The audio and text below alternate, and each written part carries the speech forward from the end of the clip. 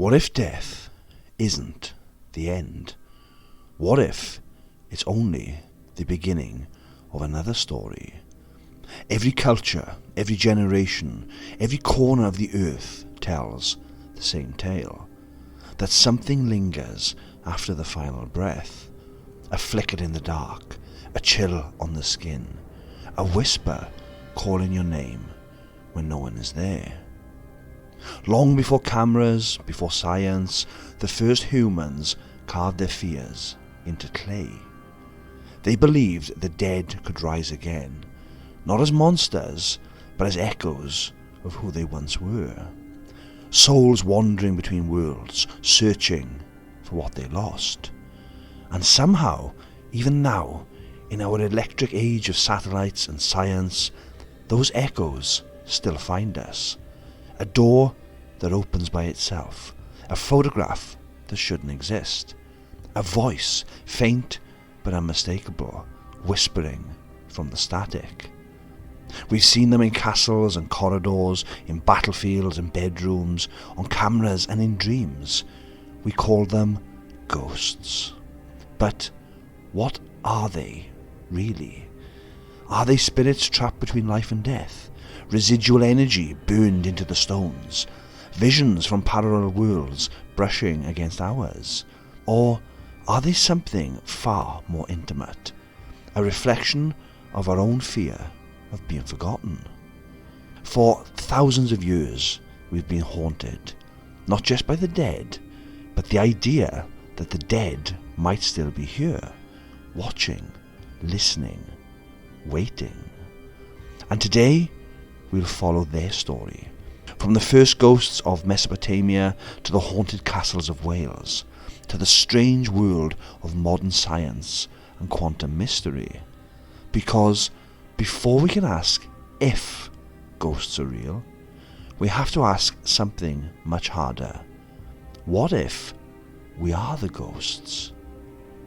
Before the pyramids, before Rome, before the first cross was ever carved in stone, there were ghosts. In the world's first cities, along the rivers Tigris and Euphrates, the living feared what waited beyond the grave.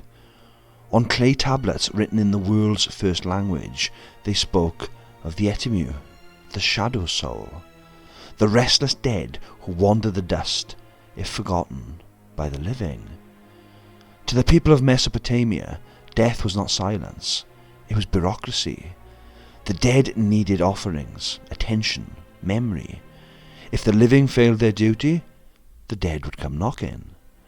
And so began humanity's oldest story, that death was a door that could still open. In Egypt they called it the Ka, the vital essence, a double of the living that left the body at death, but remained near the tomb, hungry for the offerings of family. Ghosts were not horrors, they were kind of homesickness, a longing for the world they'd left behind. The Greeks believed the dead crossed the river Styx, and yet, sometimes, they came back. Odysseus summoned them from the underworld, pale, whispering shades, desperate to speak. To the Greeks, ghosts were not proof of the divine, they were proof of regret. In ancient China, the Gui were souls denied peace. They haunted the living, not out of malice, but because their deaths were unjust. They reminded the living the moral balance of the universe could be broken. A ghost was the cry of a soul demanding correction. And here in Wales, the land has always known its dead. The Celts believed in Annwn, the Otherworld, not a place of fire and torment, but a realm just beyond the mist. Sometimes that mist thins. The cyhyraeth, the wailing spirit before death, the grachariban, the screeching harbinger in the dark, the phantom funeral, these weren't just tales, they were warnings, and a kind of remembrance. In Wales, to hear a ghost was not always to fear it. It meant the veil had opened, and the past was speaking. Every culture sees them differently, but across time one truth remains. The ghost has always been the proof of memory. When we first learned to bury our dead, we learned to mourn, and from mourning came the ghost. The first question humanity ever asked the darkness, "Are you still there?" And maybe they've been answering ever since. If ghosts have followed us since the dawn of civilization, then what are they made of? Mist, memory, energy, or something we've yet to understand? Science calls for evidence. The paranormal calls for belief. Between them lies a question older than time. What is a haunting? In the 1970s, British researchers proposed a strange idea, that certain materials can record emotion, that stone itself could remember. It was called the stone tape theory, the belief that human energy, especially during trauma or passion, imprints itself onto the environment. Like film captured in light, the walls, the earth, the very atmosphere capture moments of intense emotion, and sometimes, under the right conditions, they play them back.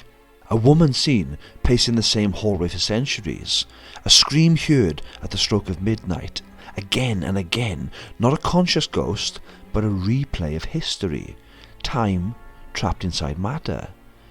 If true, this would mean the past is never gone. It's simply waiting for us to listen.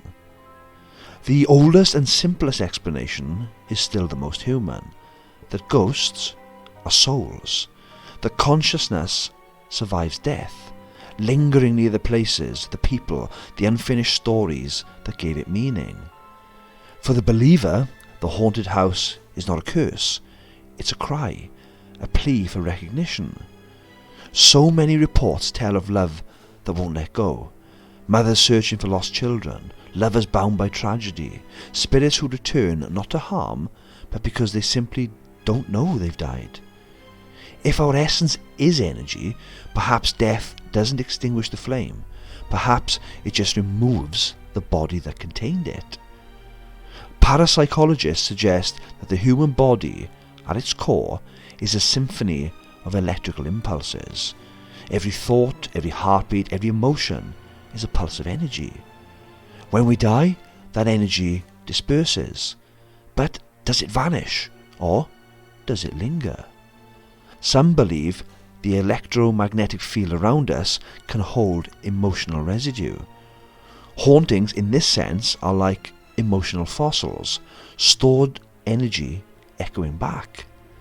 Scientists have measured unusual EMF spikes in supposedly haunted locations, but skeptics will argue faulty wiring, static charge, suggestion. The truth remains buried somewhere between physics and faith. Then there's the quantum question. What if ghosts are not the dead, but the living? Some physicists suggest time is not linear, but layered, past, present and future existing simultaneously, like pages in a book. Under rare conditions, energy, emotion, trauma, those pages may touch. What we call a ghost might be a glimpse into another moment, a ripple through time. The woman in white forever descending the stairs, not trapped by death, but replaying her life in a loop we can only briefly see. Or perhaps in another dimension altogether, we are the ghosts, figures appearing and disappearing in someone else's reality. And belief itself may create ghosts. In Tibetan mysticism, they are called tulpas, beings brought into existence through focused thought. If enough minds believe in a spirit, feed it with emotion, story, fear, could it manifest? Every haunted site, every viral ghost story becomes a feedback loop between our imagination and reality. Each retelling adds energy. Each belief adds shape. In this sense, ghosts are mirrors, reflections of our own psychology, made real by attention. We think them into being, and once born, they're not easy to unsee. Modern science is beginning to whisper ideas that sound almost supernatural. Quantum physicists now debate whether consciousness is localized in the brain or if it's part of a larger field that exists everywhere. If consciousness is energy, and energy can't be destroyed, then perhaps death isn't an end, but a change in frequency. Maybe ghosts are minds without bodies, still transmitting, still searching for receivers. Some claim violent or sudden death creates the strongest hauntings. The emotional shock, fear, pain, injustice leaves a burn mark on reality.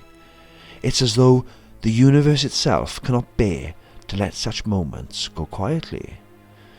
From battlefields soaked in centuries of loss to prisons, hospitals and execution sites, the air seems charged, the silence heavy. These are the places where the living feel watched. And maybe we are.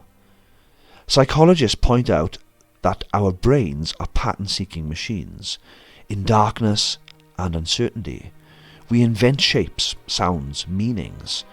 When grief opens the mind, it blurs the line between perception and wish. But even skeptics will admit the sheer consistency of ghost experiences across time, culture and geography is hard to dismiss as coincidence.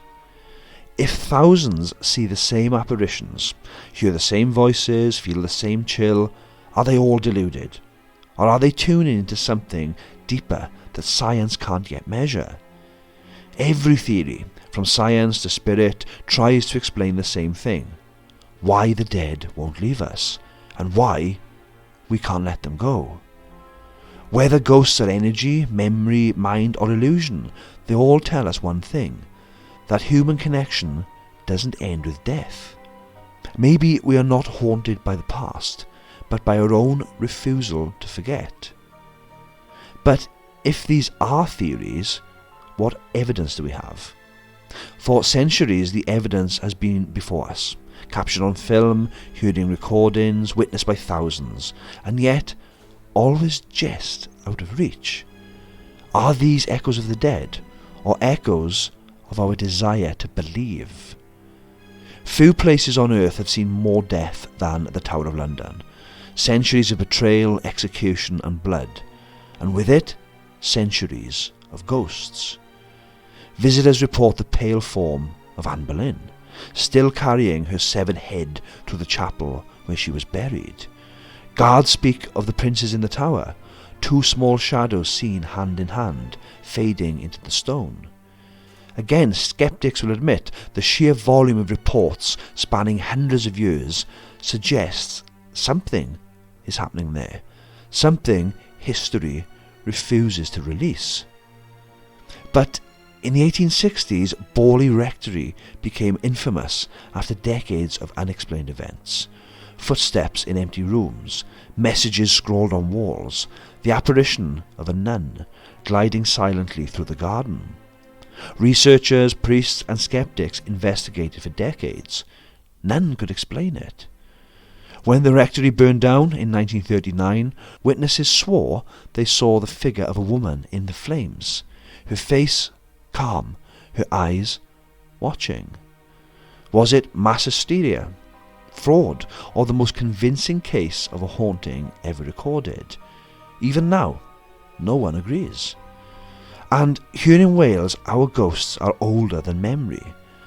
At Plas Teg, the spirit of an old lady called Dorothy is said to wander the staircase where she fell to her death. Her gown of white silk rustles in the dark, a sound so soft yet unmistakable. At Margam Castle, visitors speak of laughter and whispers echoing down the corridors when no one is there, figures of monks and dark apparitions seen all over the site, children's voices echoing through the dark long after midnight. And in the valleys, locals talk of the phantom funeral, a spectral procession seen along country roads, lit by ghostly candles, foretelling a death soon to come. For those who've witnessed it, no amount of skepticism can unsee it. The camera, they say, would expose superstition, and yet it captured more questions than answers. The Brown Lady of Raynham Hall, photographed in 1936, remains one of the most analysed images in history. Experts try to debunk it. Double exposure, trick of the light, but none could replicate it. Then came the Tulip Staircase ghost in 1966, a spectral figure ascending an empty stairwell, hands on the rail, robes trailing in motion. Even Kodak technicians confirmed no sign of tampering. We've even had evidence captured by guests on the tours, which is very hard to dismiss. One particular photograph of something strange captured at St Fagan's Castle. Each photo invites the same paradox.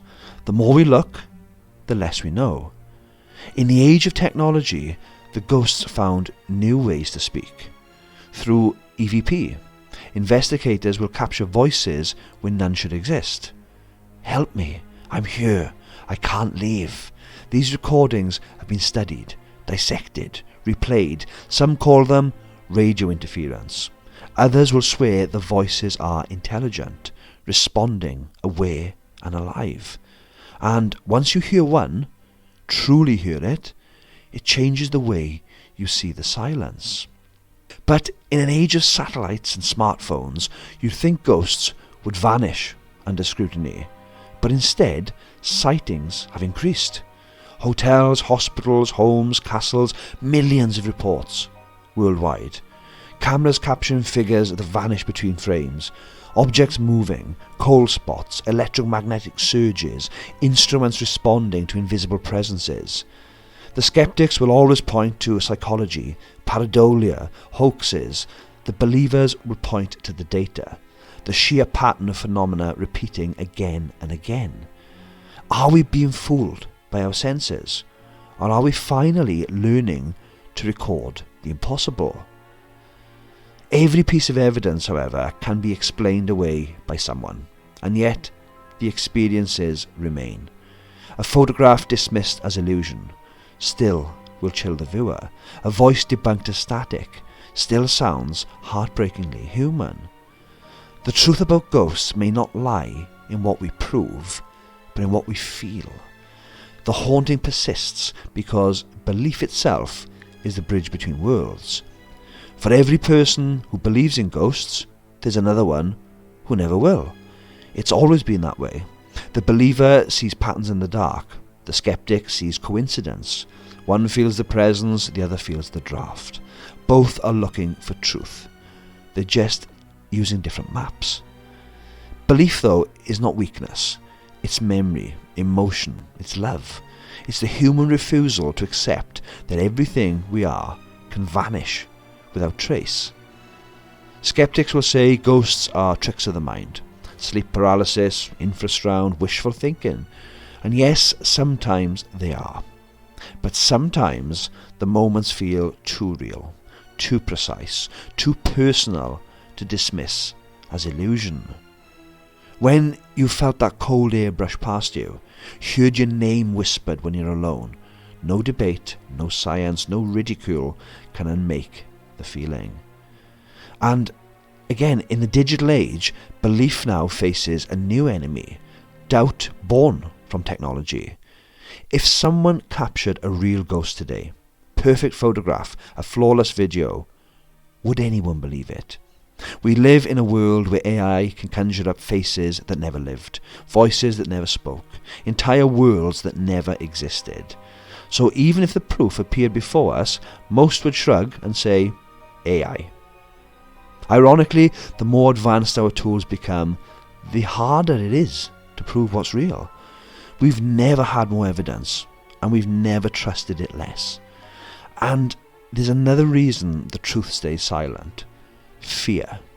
People are afraid to speak, afraid to be laughed at, to be told they've imagined it, that you've lost the plot. How many stories die on people's lips because they don't want to be mocked? How many witnesses choose silence over disbelief? Every untold story is a missing piece of the puzzle we're all trying to solve. That's why we do what we do. At Dark Wales Tours, we listen. We believe the only way to understand the unknown is to give it a voice. If you've seen something you can't explain, if you felt that chill, heard that whisper, watched the impossible happen, please tell us. Share your story with us here or on one of our tours, because every story, no matter how small, brings us one step closer to understanding what's really happening in the dark. Some people, of course, will always demand data. Others will always trust experience. But between them lies something greater. Curiosity. The courage to ask, what if?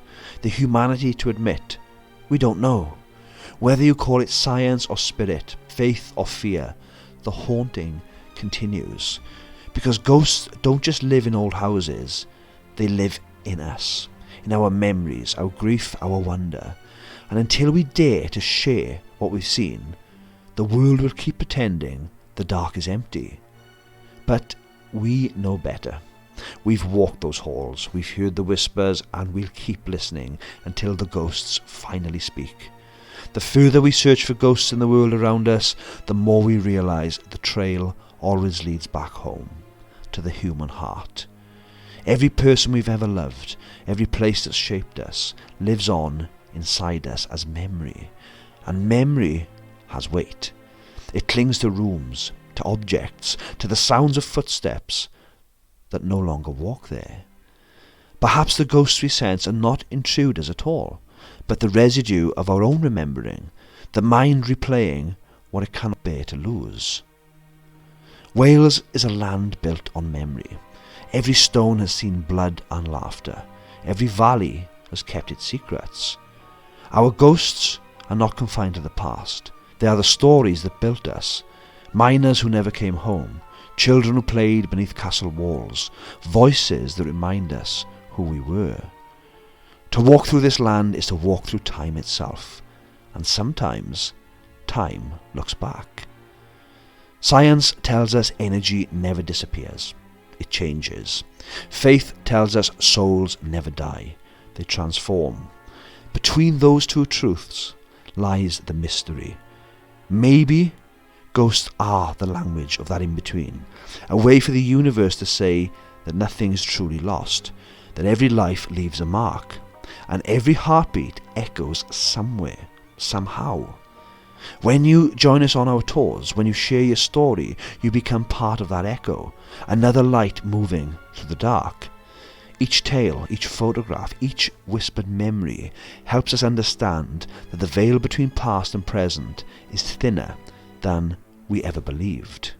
So keep watching, keep wondering, keep your lantern lit, because the moment we stop looking for ghosts, we stop listening to the stories that make us human. And that brings us to the end of today's journey through the shadows. If you stayed with us this far, thank you so very much. You could be anywhere right now, but you're here, walking through these stories with us, and that means everything. Your time, curiosity, your belief, this is what keeps Dark Wales Tours alive. If you've enjoyed this video today, please take a moment to like, subscribe, and hit the bell notification so you never miss out on our next exploration. It may seem small, but it helps us out massively, more than you could ever imagine. And as already mentioned, we absolutely love hearing your stories. Have you ever seen or heard something you can't explain? Felt a presence you still think about? Please share it in the comments below, or you can email us directly at darkwales@hotmail.com. Every message, every memory helps us understand what's truly out there. And if you do want to go a step further, you can send us a super thanks. It's just a small way of supporting the channel, and again just helps us keep creating these videos. And you may also notice something new called a hype. This is YouTube's way of letting you show a bit of extra support if you've enjoyed the video, and it helps it reach new audiences who love history and the paranormal just as much as us. But as always, the most important thing is you being here right now, listening, wondering, and keeping that lantern lit with us. Thank you all for every view, every word, every heartbeat shared in the dark. And remember, you only call them ghosts when you're the one still alive. One day, the whisper in the dark might be yours. Until next time, be careful out there.